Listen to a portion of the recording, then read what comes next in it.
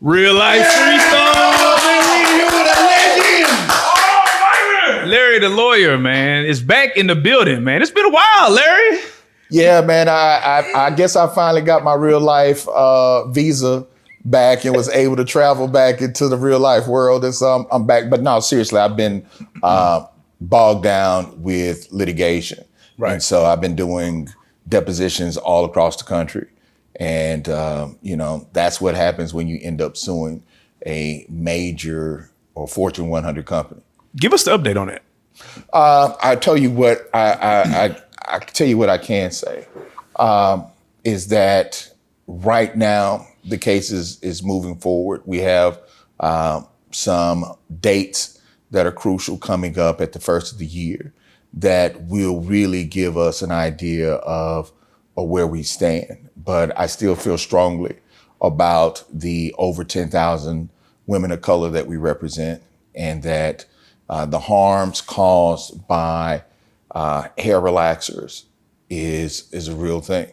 And that it's something that, quite honestly, we don't really take a deep enough look into the harms that come to Black women, whether it's in healthcare or the lack of healthcare. It's the fact that there's certain foods or certain products that are sold to minority communities that are known to be harmful. And you have people who have chosen profits over people. And so I enjoy the work that I do in the sense that I'm able to really be the voice to a community that would otherwise have no voice in some of these things. So ecstatic about that. And I think actually the majority of the cases that I'm working on right now have to deal with women and children of sexual abuse. And so that's kind of what I've been doing for the last couple of months. And shout out to you. You actually brought me along. Can you tell me what was the event that you brought me to? I just want to highlight this real quick. So myself and 4 other attorneys founded an organization to educate lawyers of color in how to do what we do. We traveled in these spaces, and quite honestly, we're one of 0, or 1 of 1 in a lot of these spaces. And so we thought that if you're going to represent people of color, there should be more people of color making the decision. I shouldn't have to tell you what kinfolk means. I shouldn't have to tell you the difference of putting butter or sugar or salt on your rice or your grits. I shouldn't have to tell you about those things that mean something to a community, but are pivotal to this litigation, and have to sit down and explain to you what these things are. There should already be someone in the room that knows these things and can navigate the litigation through it.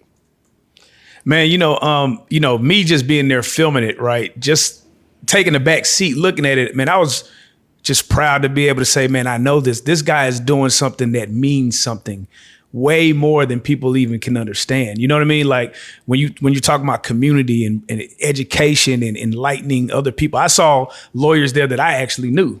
And I was just like, yo, what you doing in this event? That's crazy. My man's is the one that's throwing this, So just to be able to see that, y'all brought out Miguel.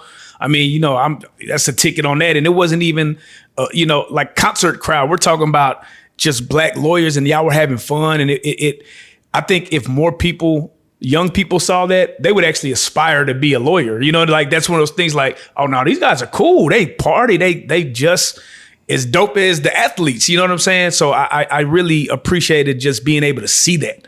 You know what I mean? And I really commend what y'all do. And let me say why we did and why we brought out Miguel. Right. And I'll tell anybody this, and I'm not afraid to say it. You're not going to provide, or better yet, I'm not going to provide a lesser than for the people that I am supporting or the people that I'm inviting to an event. We run a top-notch event. We've had people who've been to events all over the world and who have come into our event and said they've never seen anything like it, because we've taken the best parts of each of those events and brought them into ours. We try to bring in an entertainer who matches our beliefs in as far as just being good people and bringing good vibes to the community. And we think that after we drilled you for 48 hours on the law and how to practice the law, that you need to kind of unwind a little bit and kick your shoes off, because the next morning we're going right back to it. And so those are the kind of things that we believe in doing. If I'm going to provide first class litigation services, I'm also going to provide first class education. Yeah. Now let's get to it, man. Since you've been gone, man, it's been a lot of wild things going on, man. Let's talk. The first thing we have to talk about, breaking news, is this NBA gambling scandal that has really kind of shook up the world, man. I think they said this is the first time a coach, a player, and an assistant coach have actually been actively arrested on actively gambling, right? So they have it here, October 23rd. They picked up Chauncey Billups, which everybody respects. Was huge, yes. Everybody respects Chauncey Billups. And it says, along with 30 other individuals in an illegal poker gambling network and insider sports betting operation. They say that the poker scheme is alleged to be tied to major mafia families, all 5 of them. And they're using X-ray table and special lenses to be able to fraud some of these players. So they also said that it generated over at least 7 million, which I think is probably way higher than that. And it did spawn, in LA, Vegas, all kind of places. So when that news broke, you being in your lawyer brain, what was the first thing that came in your brain? Why, brothers? That was the question. Why? Why? Because, in using real life terms, they're pretty much cooked. I see some potential legal defenses to what they've done, but the problem that they have is they've taken what may be normal, right? And when I say normal, let's just be honest. From junior high, you got young boys, we go from throwing quarters, first closest quarter to the wall. Right. When we find out about dice in high school, is dice, and that carries over. Right. Right. And so there's always been that sense of gambling. But there were consequences to trick dice. Right.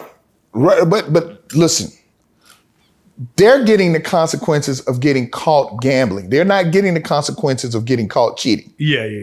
Let's just be honest about that. Now, the government is throwing in the cheating aspect of it to make it even, as they say, saucier.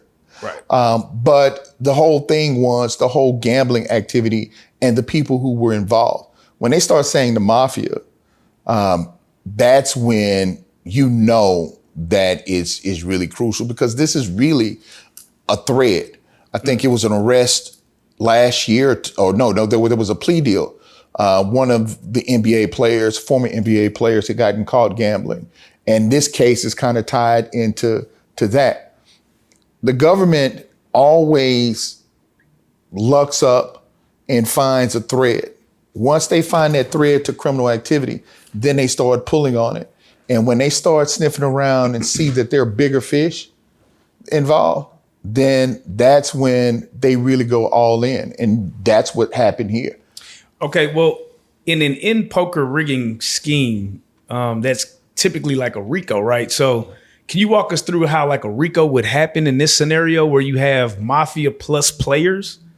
It goes back to every time. Look, man, I've said it, right? It goes back to how the money is transported. And once you start leaving state lines, then you bring in the feds, because now you're dealing with interstate commerce.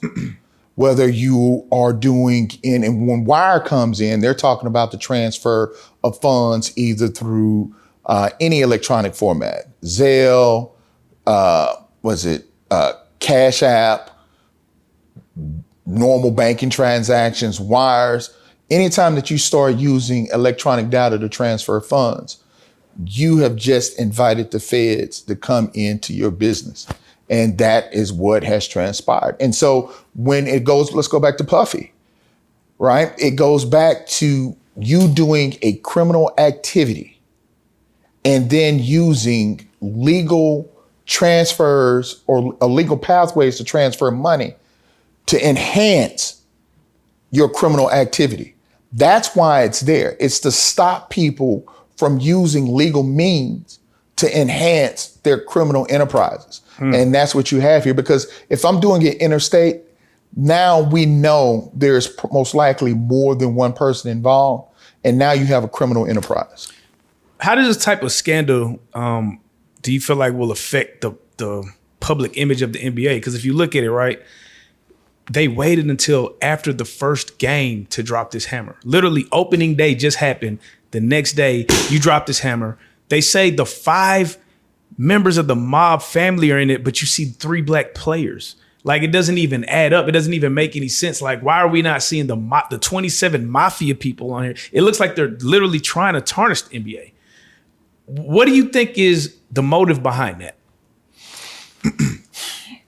Man, to be honest with you, anytime that there's a criminal act and there's an African American involved, that person is going to be highlighted. Plain and simple.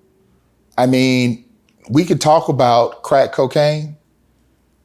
There were busts of tons of cocaine coming into this country, but we never saw any of those pictures. But Tyrone or, the Black Mafia family? Yeah.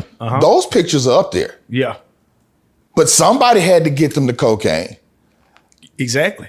So we never posted those. And a lot of times I'm going to say allegedly. Right. A lot of times, allegedly, the government knows that those are just faces that they can put in because the line stops. But out of those 27 other individuals, there may be someone that they need to further their investigation into something much larger. The average juror is going to say, gambling? Okay, number one, if you're, especially in Texas, right? As a Christian, you shouldn't be gambling anyway. So everybody at fault, and that goes for the legal gambling companies, right? Right. Because gambling shouldn't be around. Now you go to somebody who's okay with gambling, they're like, it's always been fixed. Whether you're talking about horse racing, Vegas, the crap table, the slot machine, the house always has an end to win money. Right. So, okay, they got busted, not right, you caught them. Punishment is not going to be that severe.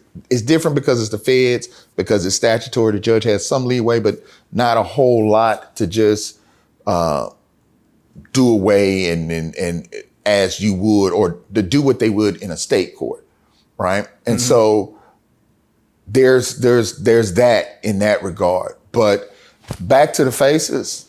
I mean, Chauncey ain't no real thug. All he has is this.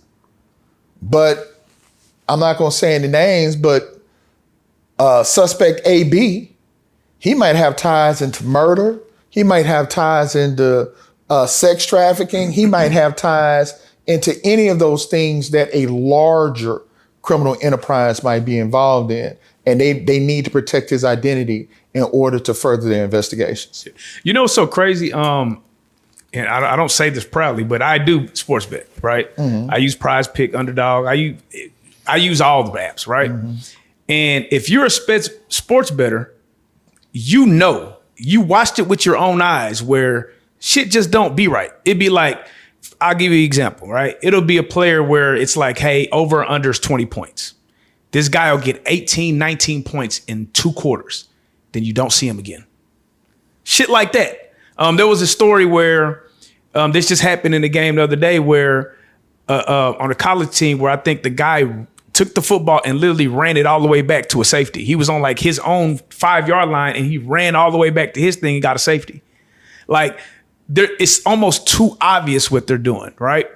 So the question that I have for you was, what legal ramifications does like a Prize Picks or a sports betting app have in these scenarios where the games are being fixed, or do they have any liability in this?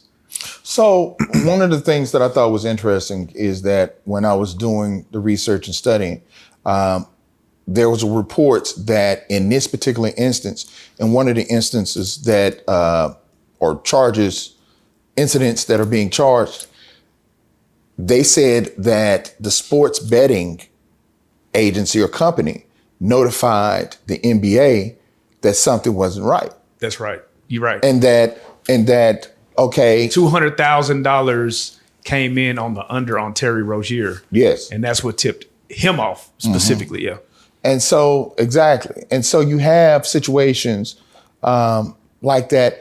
I think, number one, I'm pretty sure that there's some insurance company that's insuring the sports betting agencies to underwrite them being able to do what they're doing.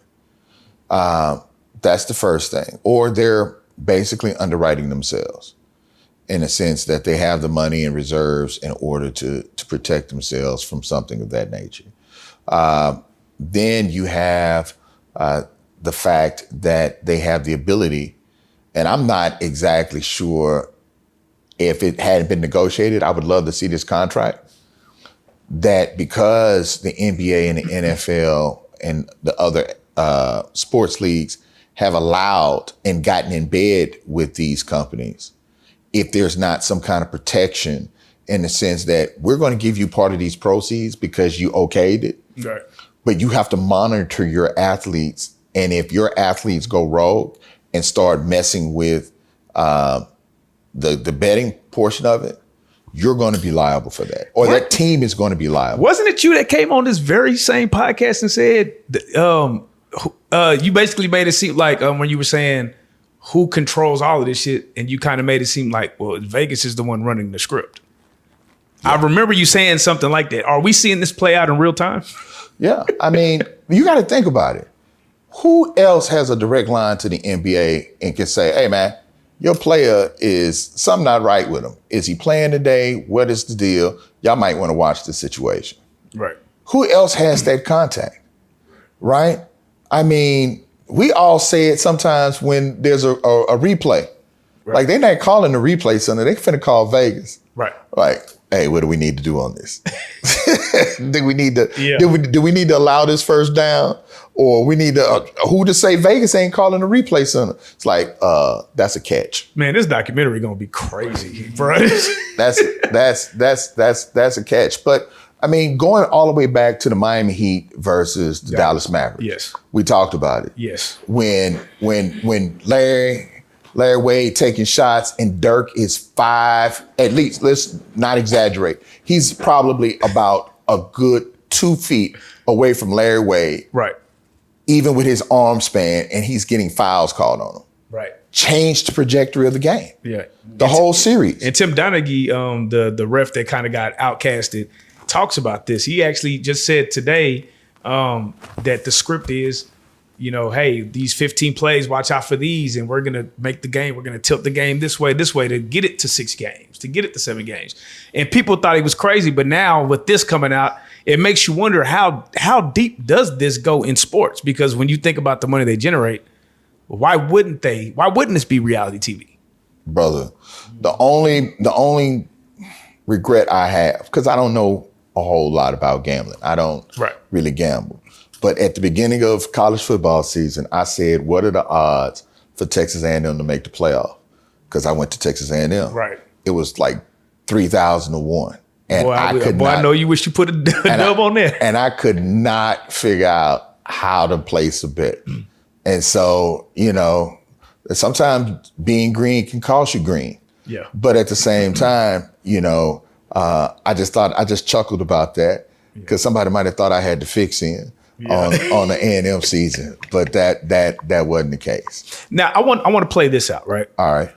Let's just say they just arrested 27 people, right? Mm-hmm. This is going to be a crazy hypothetical, but they come back and say LeBron, KD, Steph, they just named like the top 10 players. They're all in it. What happens then? At that point, the federal government would lose their case. Why you say that? Go back to my Roger Goodell, not Roger Goodell, owner of the Patriots. Remember I talked about that? Right. I talked about the feds had video of him. Right. Video. Like, they didn't assume, they didn't think, they didn't say, well, she went in and he went in, maybe. No, they got video of him that never saw the light of day, and he never saw a courtroom. Imagine the owners of those teams. What are those? You just named out five. You just named 5 billionaires. Right. 5 billionaires.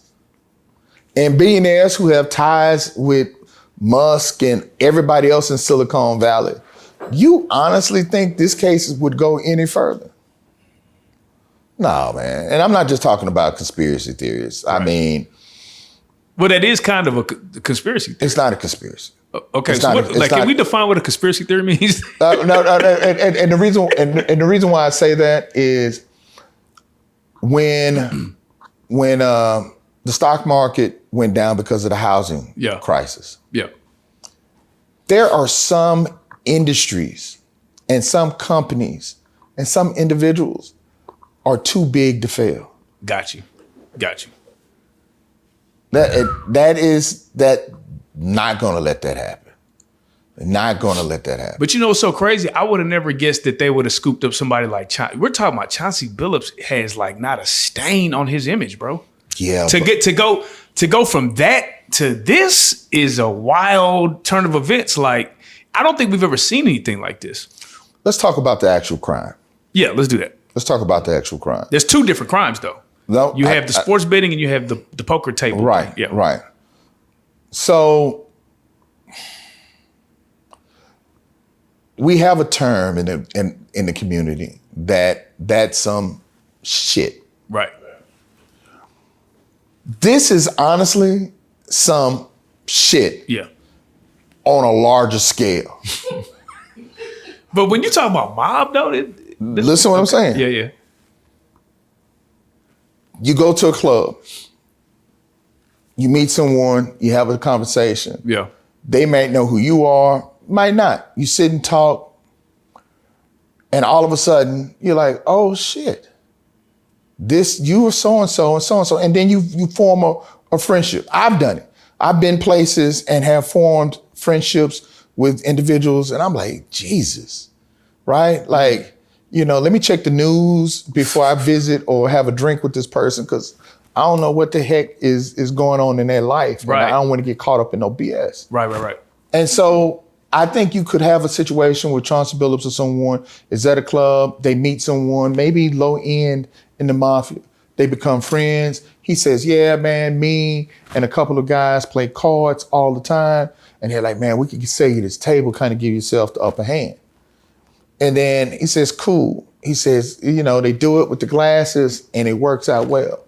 And then he's like, hey, man, thanks for the table. We kind of do this in different locations. It's like, cool. We want to be a part of it.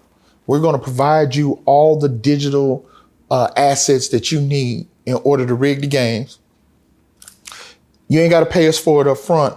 Just whatever you skim off of them, give us a piece.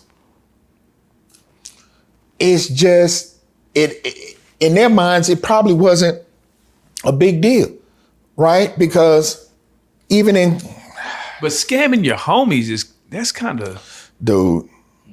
That's next level wrong, bro. It is. But anybody who has played or known a professional athlete, knows that quite a few of them like to gamble. Yeah. And sometimes they gamble so frivolously. Like, I'm put $5,000 on this bet versus your 500. Okay, knucklehead. Go ahead. Let me get you real quick. I need to win this hand. So let me fold a card or scratch a card or two with my fingernail so I can see the back of it. When they hold it up, I know what they got.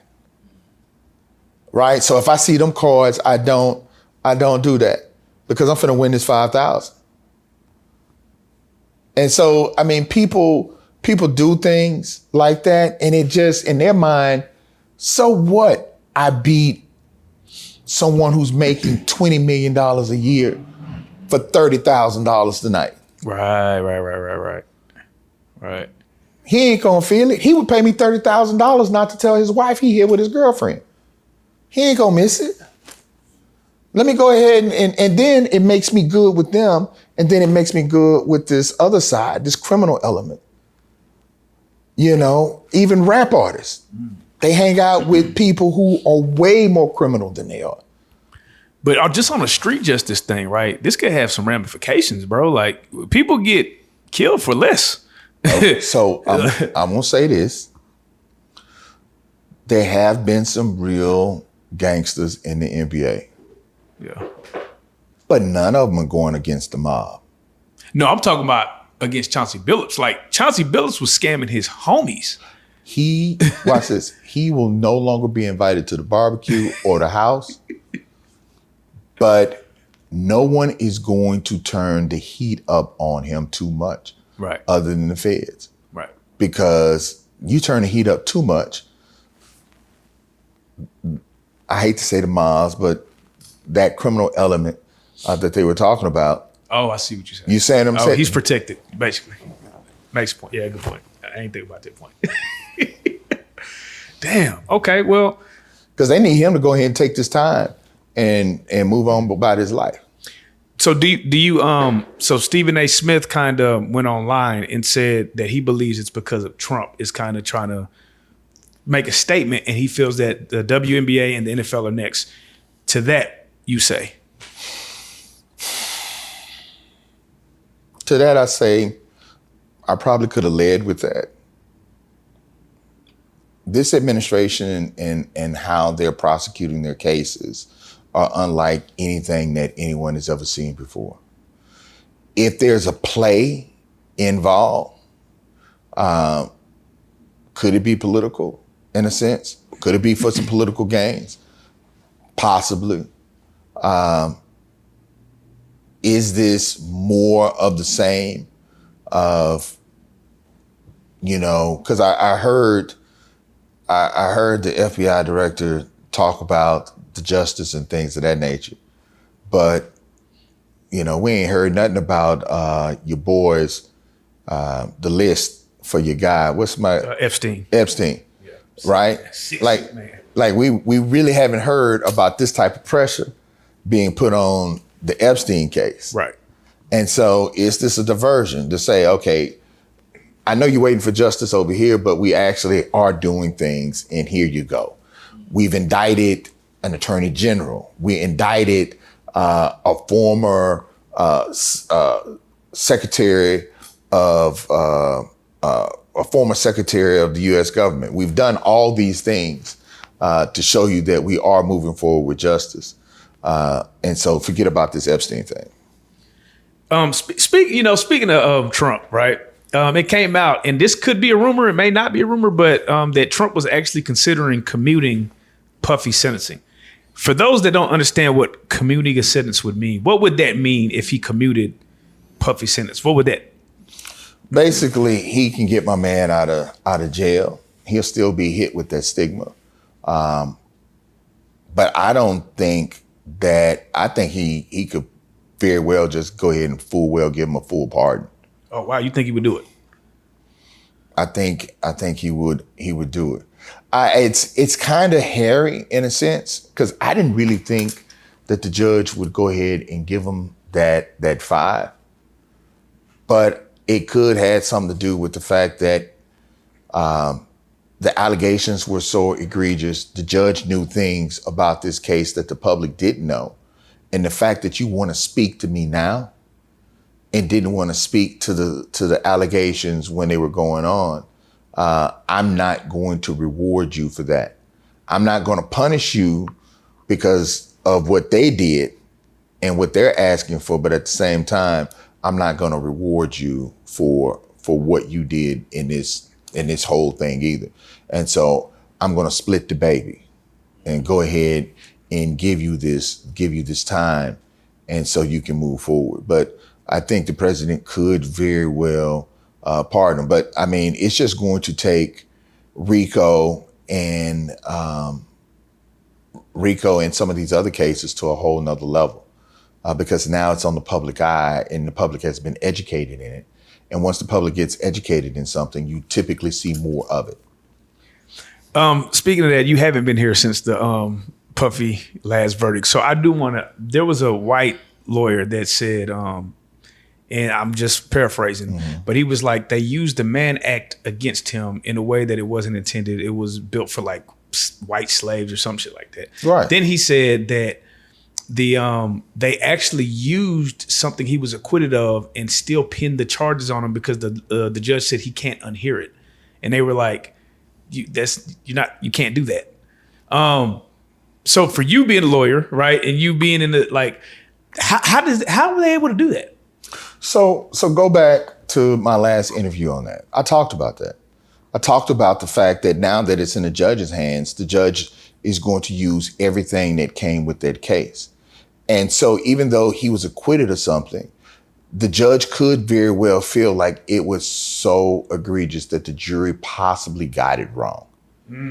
And it was so bad that I can't let you just skate out, because when I'm getting to the point where I'm sentencing you for everything that was involved with this. I've seen, and I've talked about it. I've talked about how you show up to trial, how you show up in court. I've heard judges say that they sentenced people based on the fact that they wore the wrong shirt. Yeah. What? Yeah. You came in with a shirt that says legalize weed and alcohol. You here for an assault case, but because you showed up improperly, your behavior, in a sense, shows that you don't take the justice system or the fact that you're not a threat to society serious. I need to make sure you understand that, because part of what he said and all of that was, I still believe you're a danger to the community, and I'm not finna just release you. You need some more time to ice off and to kind of cool off and see that what you did was absolutely wrong. While you weren't necessarily convicted of this, I am going to use everything that came with this trial and my understanding of this case to sentence you. I told you guys that that was a very real possibility. And I told you about the Mann Act right off the bat, and that this is not what it was intended for. Right. And quite honestly, it's going to be utilized even more, and possibly even utilized even more incorrectly. So like when you and your homies, right, that practice law get together, what are y'all saying about this verdict? Are y'all like, this is the craziest, like this is taking a turn for the worse? Like what is the sentiment around this particular sentencing? Right is right and wrong is wrong, right? If we're looking at the law, I always looked at the law like it's not about emotions, it's about fairness, or it's, but this seemed to be emotional. No. Nope. No. It in very well fairness. I mean, you have several women who have come up and gone into the public eye and said that they are forever changed and harmed. Right. And this man did it. Well, so then shouldn't he have gotten life then? A jury said that there wasn't enough for them to convict him. You got to remember that when you look at a criminal statute, typically there are 3 to 4 items or points that must be met. Got you. And if any one of them isn't met, then at that point you're acquitted. Right. And so that's the thing. And you got to remember, I told you on the 3 charges that he got, and I can't remember right now, but I told you that the one that he got convicted on, he was solid. And that the RICO one was close. I said, because they threw out enough to kind of do it, but they focused too much on the bad behavior and not enough at making the jury understand the actual law. So it was 1 count of racketeering conspiracy, 2 counts of sex trafficking by force, fraud, and coercion, and 2 counts of transportation to engage in prostitution. Those are the three. And so, I mean, it was very close on those charges. But you asked me earlier, what did my friends and I say? Yeah. We're telling every male or female that we know, be very careful about your relationships. Be very cautious of who you decide to get involved with. And don't be weird, right? Don't be weird, because you have situations in which all of them, whether it's him or whether something that we haven't talked about anymore with Shannon Sharp, all of them involve behavior that was outside of what the normal context of sexual behavior is. And even, let's just say, kinky, right? And that kinkiness has been utilized against them. And can you dispel a rumor? I know a lot of people think an NDA solves things, but I hear NDAs cannot be used in court if it's a crime. Right. Okay. You cannot legally, contractually negate a crime. Like it law 101. You can't do that. And it's amazing that lawyers actually, I don't think the lawyers do it to negate a crime. Like let me say this. There's certain instances in which a witness has negotiated a civil settlement that says that they won't testify, or not testify, but they will be silent as to the acts that took place. Now, someone could potentially subpoena them. You can subpoena them and they can refuse to talk. Then at that point, the judge can hold them in contempt, but they're not obligated to really say anything. Right. At that point, if they don't want to. Like I said, the judge can hold them in contempt. It's kind of like what they did with Woody, in the sense that he didn't want to talk and he said he was basically through, and the judge threw him in jail for a couple of days because he wasn't saying what the prosecutors wanted him to say. He said he was lying. And so, the judge put him in jail to cool him off, but he came right back out and did the same thing. And so, but you cannot contract a crime. You just can't do it. Message. Well, it's because it's funny, because that's the one thing always, man, our man could sign the NDA. That's the first thing you hear, but it's like, I don't think that's gonna fly. No more, buddy. If you believe that, then believe all the people who used what was the big trend one time? The EIN numbers. Yeah. Yeah. All your friends who went to jail behind that. Yeah. It ain't real. I mean, certain things you do, you got to know, there's a hint of problem or criminal repercussions for that. Yeah. And if you believe that, then chances are it really is. Right. Yeah, it's going to jail. Go to jail. Man, we got to shout out our boy Derrick Groves, man, out of New Orleans, man. He kind of held it down for a little second now. They're escaping out of jail. He stood down, stood tall. I remember that. How long did he get? I think he was gone for about 120. How long was he gone? He was gone for damn near half a year, I believe. And my man was what, in the neighborhood? Yeah, man, he was in the neighborhood dressing up like a woman in the grocery store. I don't know if that was really him, but they made it seem like it was him. But anyway, he got arrested. He just got arrested in October, man. Basically arguing with his girlfriend, and they got wind of him and they came and arrested him, man. So for that, he's back in jail. Mm-hmm. What type of new charges is he facing? They're gonna lower the boot. In the boot. Mm. They're gonna lower the boot in the boot. And so, look, anytime you abscond like that, in some states, if you're on, I had a case, someone that you guys know very well and I may have interviewed. And it was a case that that we knew the same person, that individual absconded.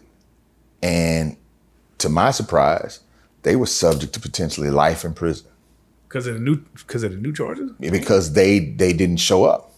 They had a felony and didn't show up. And by not doing so, they were looking at, they filed a new case against them that was a first-degree felony. And, the range of punishment was life in prison. And I was like, this is wild. And so with them doing everything that they did, because you got to remember, the government, the law enforcement was embarrassed. You had a gang of dudes run out of there. It was probably more dudes got out of jail than ran into Gucci's in Los Angeles during the riot. There was a lot of dudes get out. Was it like 12, 14 of them? Was it or more like 8? Man, let me see how many people. It was a lot. While you doing that, it was, I know I looked at it and I was like, how did they keep that quiet? Right? Because that's a lot of dudes to keep everything contained and nobody said anything. But let's just say more than 10 of them ended up escaping. Dude, that in itself was an 10. embarrassment. It was 10 in there. It was 10. Yeah. So that's an embarrassment. And so they're not going to let that go. And you got a jury who live in that community. That has to be inside job, right? No, they was. It was. Yeah. I think they had the CO or whatever. Yeah, one of the COs, as you call them, the correctional officers, actually was involved in that situation because I think they were like digging behind one of the pipes in one of the bathrooms or one of the cells, and end up escaping. And one of the correctional officers got in trouble for that. And so, man, it's amazing how some of these cases that you talk about, I have a close connection with.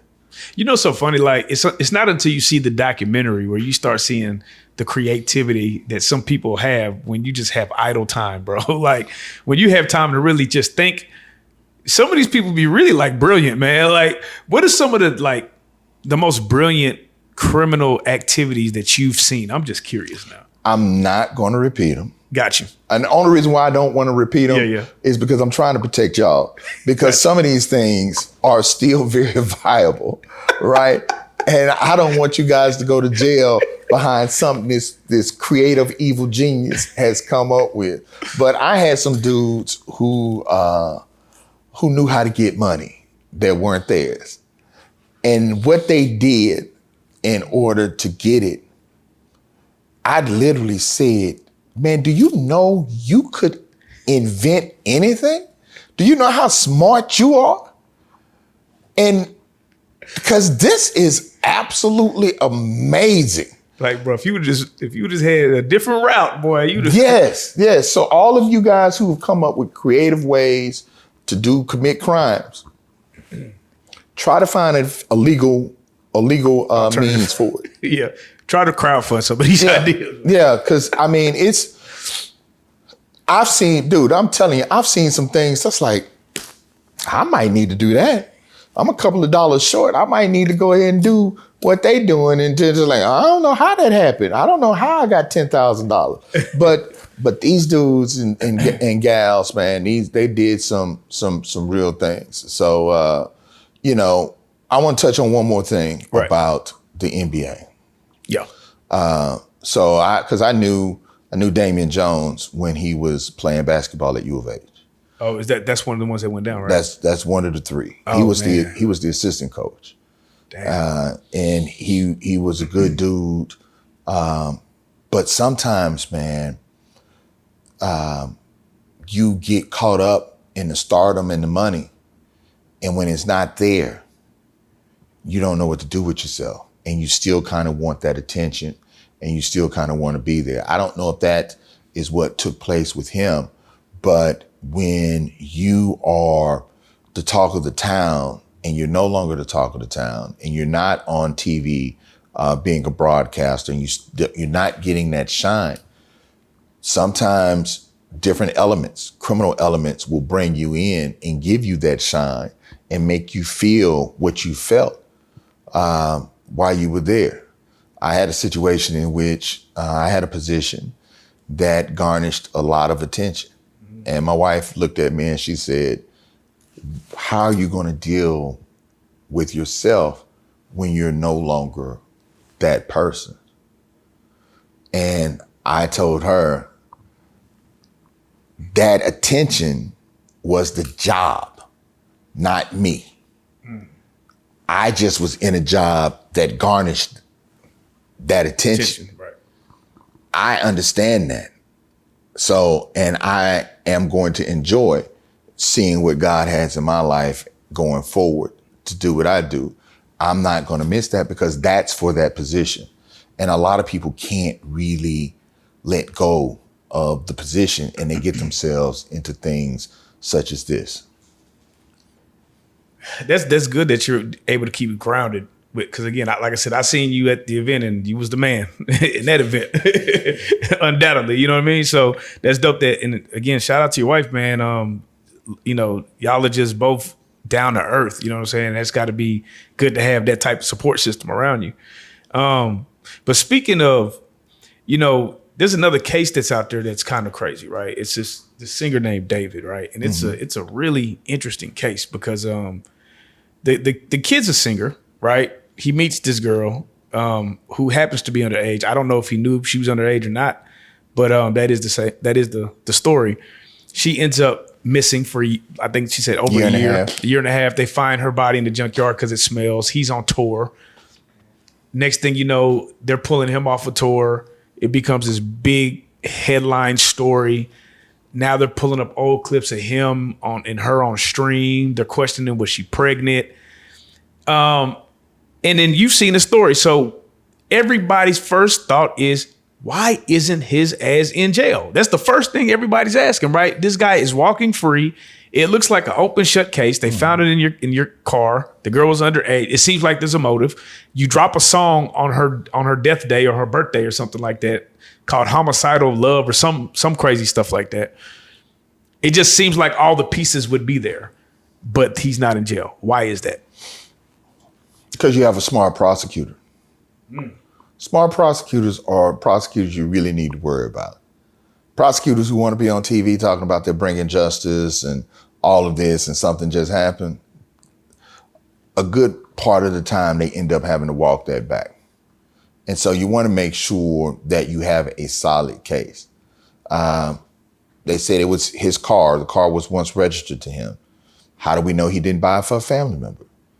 How do we know that she wasn't potentially in blessings and grace to her family in this time in what they're doing? And so my statements are not to say anything about this young woman because I don't know her, but I'm just giving out hypotheticals. So I want to throw that out there for the audience. But we're talking about relationships and people, and we know scenarios like this. So What if he gave the car to a family member and she was potentially dating one of his cousins? What if the cousin did it, right? Or his man's? What if one of his guys did it? You don't know. And so you would hate to go out there and put all the spotlight on David and only to find out that someone else did it. But when you drop a song called, what is it called? Homicidal Love, Romantic Homicide. And when you drop these songs that they almost sound like admission of guilt. You know what I mean? When you do things like that and you leave these breadcrumbs and these trails, you almost make yourself a target. We talked about that. But on the flip side of that, one of the defenses that he may have to this, and if I was his attorney, I would use, he created that song because when she disappeared, everybody blamed me. And so I made this hypothetical song up based on the fact that y'all blamed me anyway. I didn't do it. I'll make a song about it and make money because you're going to listen to it on stream because I made it. But just think about this from a human aspect, right? the love of my life is missing for a year and a half, and I'm just on tour like shit ain't happened. like that doesn't make sense. You know what I'm saying? Look, man, the human mind, everybody's an individual. Yeah. Everybody's an individual. You get some people who've been married, their spouse died, they never get remarried. Right. You get some people, their spouse died, they're dating the next month. Damn. And so, who's to say who's right and who's wrong? Right. That's an individual journey that someone should take. I want you to play prosecutor and I want you to play defense. Okay. On the prosecutor side, what would your argument be? As a prosecutor, yeah. As a prosecutor, I'm doing some of the things that I told you guys about before. I'm looking up any and everybody. I'm having my investigators. I said, find any and everybody that was connected to him and find someone who may have been in jail around that time. Give me their jail calls. I want you to analyze their jail calls. I want you to see if there's anything that talks about or even hints at payoff, money, hiding something, putting something away, or getting rid of something. Find me those jail tapes. I want you to put it in AI, let it run, and let me see if there's anything there. After that, I'm going to find and look for anything and ask, when was the car missing? Why was it in the junkyard? Did he sell it? Who did he sell it to? It was in a Tesla too. So wouldn't it be recorded? Who knows? But I'm going back for all of that information. I'm getting, every car has a black box. On that black box is GPS. Tells you rate of speed, address, the whole nine. I'm getting that black box and right now we're going through it, right? If it's a Tesla, I don't know if they connect the phone lines for Wi-Fi purposes or what. I'm looking for triangulation of where this car may be in conjunction with what's going on with the car. I am going to develop a case so solid that when it does jump off, regardless of how people feel about him, regardless of my jury pool, it's going to be so solid that when I provide my evidence, his lawyer is going to tell him to plea. And what would his plea look like? Like if you were pushing for a plea, what would you be pushing for in that scenario? Life in prison. On a plea? Damn. Because if he doesn't plead, would it be like he gets sentenced to death penalty or something? The advantage, if it is true and she was pregnant, you give me a jury with a mother on it because really the person who's going to prevent and ask or not vote for, or the percentages of a woman saying that she won't vote for the death penalty is higher than a man. And so if I tell you you killed a 15-year-old pregnant woman, I think at that point I can get a mama to pull the switch. Well, yeah, and just the fact that he was with a minor is a charge too, right? Yeah, I mean, that's committing a crime on top of a crime on top of two crimes. And so that's what I would do as a prosecutor. As a defense attorney,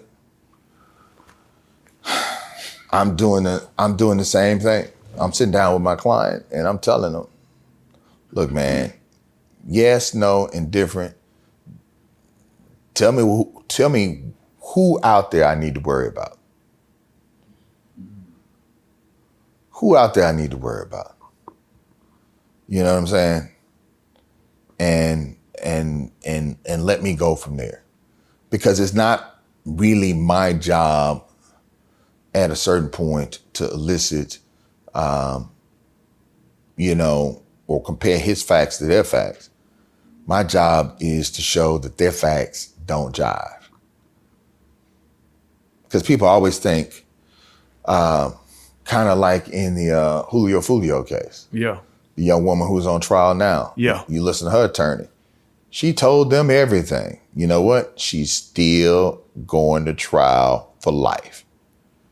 They say they're not going to seek the death penalty, but they are seeking life. She told them everything. She told her side of the truth. Okay. All right. Thank you.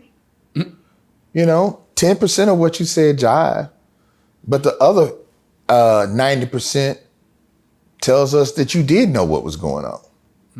So we're gonna move forward. Shut your mouth. Shut. Rule number 1, 48 hours. Everybody that they put in them rooms that don't say nothing, it always says, this is an ongoing investigation. Everybody's considered innocent until proven guilty. That's how that one goes. Everybody that talks, so-and-so sentenced to 22 years or pled for life. They go to jail. Shut your mouth. You know what's funny? I want to ask you like a couple myths. So another one is, if I admit to a crime to my lawyer, does that break client privilege? Because I think we experienced this with what's those little brothers, the Menendez brothers or something like that, where I think she testified against him, right? Didn't as a therapist or somebody? Therapist is gonna snitch all day, every day. Therapist is gonna snitch all day. So they don't have any client privilege? No. Once again, it goes to any time that the law is being broken. That bond is ripped apart. It doesn't fly. And so the issue with that and an attorney, I have taken an oath that courtroom, I'm not finna get in there and lie. I'm not finna put anybody up on a stand and tell them to lie. Hey man, say this and say that. No, that's not how it goes down. We took an oath. And so if you know something to be not true, then you can't get up there and put up lies. Now, you can have your suspicion and you can poke holes in the other side's truth, right? Like if I'm asking you a question and you sit up there and say, I know he did it. Okay. How? Did you see him? Did you hear him? If I played 5 different recordings of his voice, would you be able to recognize which one was his, what time of day it was? My thing is to put that doubt in it as a defense attorney. And we're only talking about criminal cases right now. Yeah, but you see it all the time. And you see it in the movies. I can't even think of the movie. It's a good one where his client told him what he did. And so the attorney, knowing that his client wanted to take the stand, I forget what he ended up having another witness or something come in that basically prevented his client from getting up there and lying. Basically cemented the case against his client. Now, I wouldn't do no crap like that. I would just recuse myself and tell it. Matter of fact, that just recently happened. An attorney had to recuse himself from a case because he said it was an attorney-client, it was a conflict. It was a conflict of interest in continuing to represent his client. And the judge took that to heed and released the attorney from the case. What's another one? While you're thinking of that, that young woman, for those of you who are watching that case, watch her body language. I've talked about, and which case are we talking about? We're talking about Julio, the girl. Yep. And so, I've talked to you guys about body language during a trial and how a jury sees it. Watch her body language. She really isn't doing herself any service by her body language and how she's looking. She's not really looking engaged. She's looking kind of agitated or like this is bothering her. And you got to remember, I always tell people, you are not the audience. How you feel isn't important. What's important is how you can convey to someone else how you want them to feel. Plain and simple. That's the other person is the audience. If you want to borrow $100 from me, you can't walk up to me and say, give me $100 and get mad when I say no. Your messaging was bad. You conveyed it wrong. But if you came to me and said, hey, I need $100 and you put either a business plan or need and convinced me that I needed to give you that, that's what your body language does. Your body language convinces someone that they need to listen to you. And so be very careful about that. The NFL, right? They're doing a halftime show, right? What they're doing, well, NFL in general, Right. they kind of made threats with the Bad Bunny situation, basically saying, if y'all get in here, we're gonna have ice at this stadium, and we're gonna be locking you motherfuckers up. Number one, is that legal? And number two, like, where do you think this is going? It seems like the overt racism is here. Like, it's just like they're not even trying to hide it no more. It's just they disrespecting people now. It's kind of crazy. Like, where do you see this going, and what do you think about that? What do you mean where it's going? It's already It's here. there. It's here. Look, the moment that we unraveled, the U.S. Supreme Court unraveled the basically stop and frisk laws and the fact and basically said that not law enforcement, but the federal government had an interest in being able to stop anyone that they felt wasn't a resident of this country. And they could use race as a premise in doing that. We were cooked. It was a wrap. I mean, because, you know, how do you determine if we're saying that, what if the person's from Canada? What if they're from England? What if they're from any of the European countries? And people need to watch this. They need to be very careful.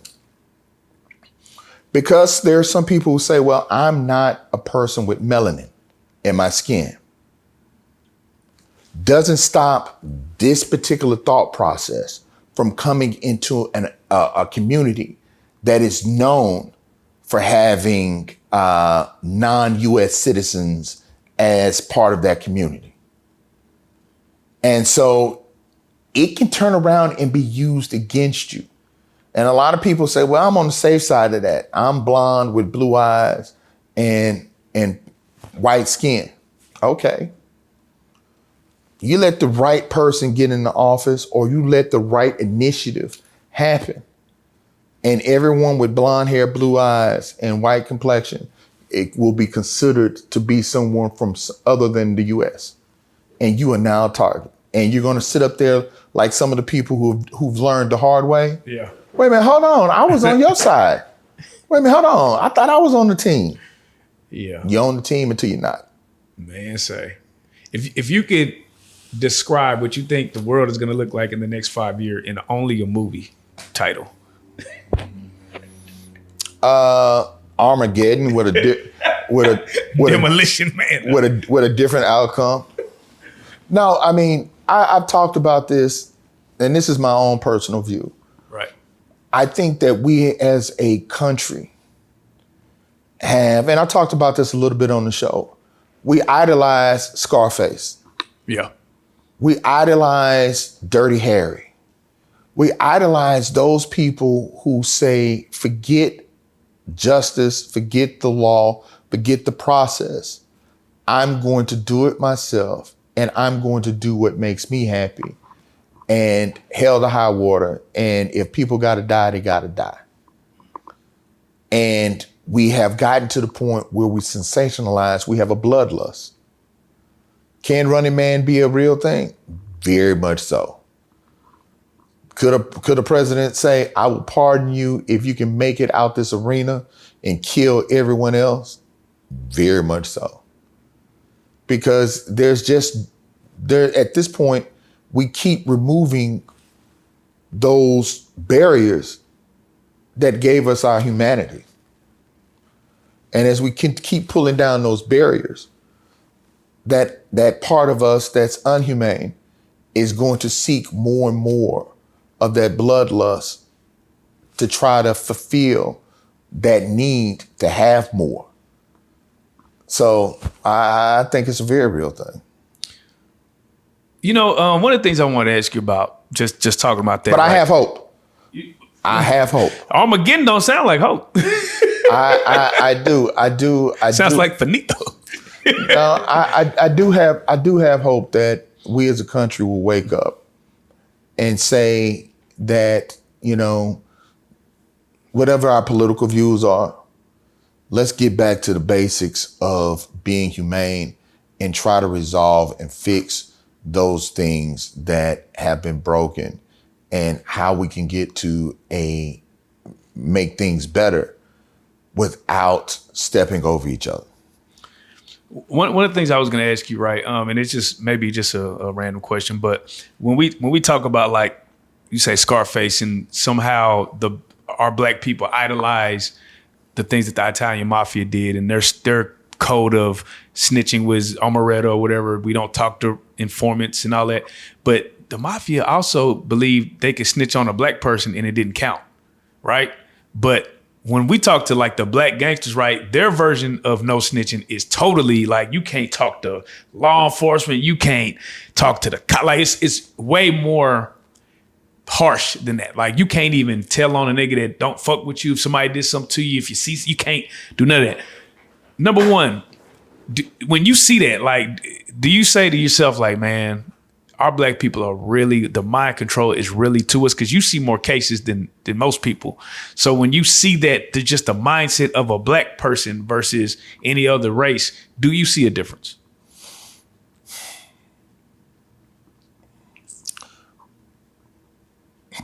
Man, I'm gonna tell you, our community. Yeah. Our community. The same reason why we have, let me just take a step back. That's the same reason why the dollar doesn't stay in the black community as long as any other community. Even though our GDP and what we spend is probably, I think it goes up and down, right, as would make us like the 10th most powerful or economic country in the world. We have to do better. I think, though, to your point, the mindset comes from both maybe that and slavery. Oh, that's a nasty combo. Well, I'll tell you. I'll tell you why slavery is, because we said that even though we had been convinced that running away was wrong, we wouldn't say anything because we did not want to deter or harm this individual. Right. Now you take that in conjunction and you put into a criminal culture of not saying anything, then you get a community that has that doubly enforced. I don't know what other cultures do as far as, well, let me take this back. I represented pretty much everybody. Right. And, you know, I don't know if there's any difference between someone saying that I'll snitch on everyone that doesn't look like me. Right. I haven't necessarily come across that. Gotcha. So I can't speak to that, but I do believe, given your scenario, slavery and the criminal influence has really infiltrated our community and created that mindset. Man, that's deep. When you do just see, you know, when you're in these cases and you're seeing you know, you're seeing all these black people and you're like, is there a common reoccurrence that sticks out to you? Or is there anything that you see and you go, damn, like, this is happening because of this? Or do you just say to yourself, like, it's poverty? It's like, do you feel like there's a certain theme that goes along with what you're seeing when you're in these courtrooms with the actual people that are being in there and represented? I never call the criminal justice system. I call it the criminal system. And I've talked about this before, is that everyone has been brainwashed to believe that in law enforcement decides to touch you, you did something wrong. And I told the story about my brother who was arrested and exported back to another state from Texas, only for them to find out he wasn't who they wanted. He wasn't even the right person. And he had an executive level position. Oh my God. He lost his job. Oh my God. And that's what got me into the criminal system, in the sense that I went to become a prosecutor because I wanted to understand how something like this can happen. And I've seen it. But what was it? Like it's the fact that we're easy prey. Oh, wow. It starts, they talk about, you have a group of judges here that have talked about it, and you might have seen it, but judges all across the country.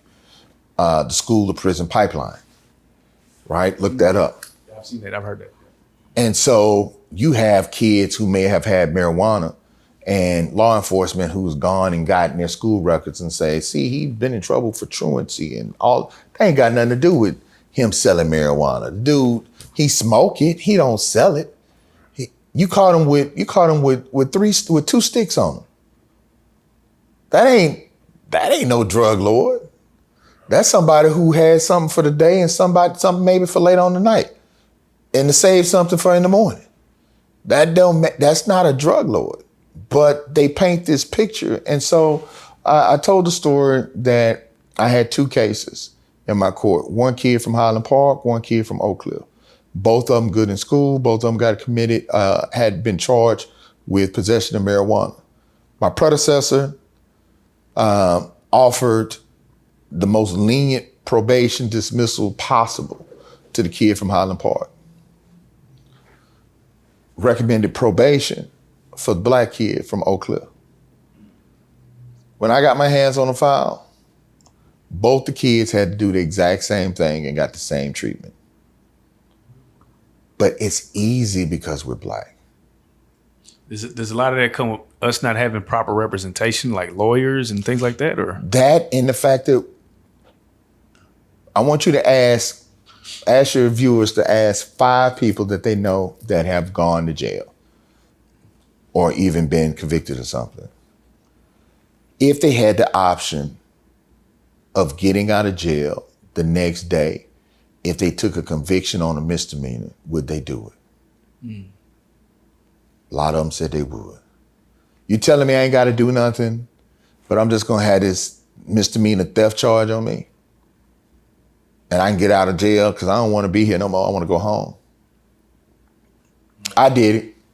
Guilty. Send me home. We do it. We do it. We hear people, brothers and sisters, say, I'm gonna take this time served on this traffic ticket. Let me just sit in here. Those convictions and those pictures of you in jail add up.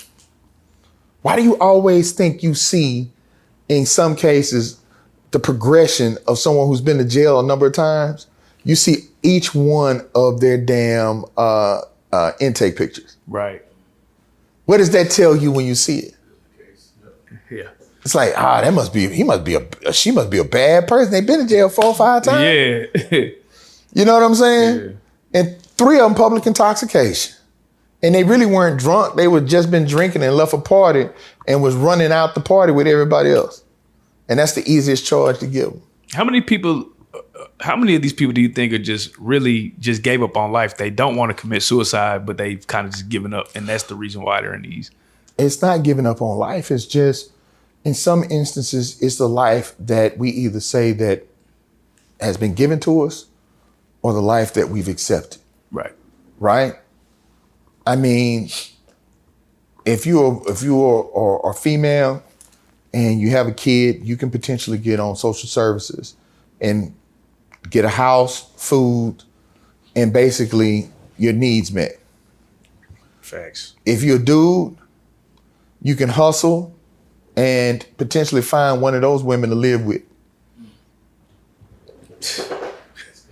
Yeah. Right? And so you kind of create this environment that I really don't have to do much. I live with my mom and my dad until both of them die, or I find somebody to shack up with, and when that doesn't work, I find somebody else. And so we create this system that allows for those things to happen. So I can hustle and sell DVDs when we used to do that. I can go to jail, tell my girl I'm gonna be here for a week, keep my money, don't let nobody grab my money from under the bed because I can't open up a bank account, and then come back out, buy me some more DVDs and do it again. Man, before I get out of here, I'm actually headed to the versus battle. I gotta get your prediction on the No Limit versus Cash Money for the old heads like me. This is legendary shit that's about to happen. Who do you got, bro? Oh, this might be a draw, bro. I ain't gonna lie. Who you got, OD? Oh, Cash Money. You got Cash Money? So you got a disadvantage. No Limit, my generation. Right. Most of us aren't checking in for that. Right.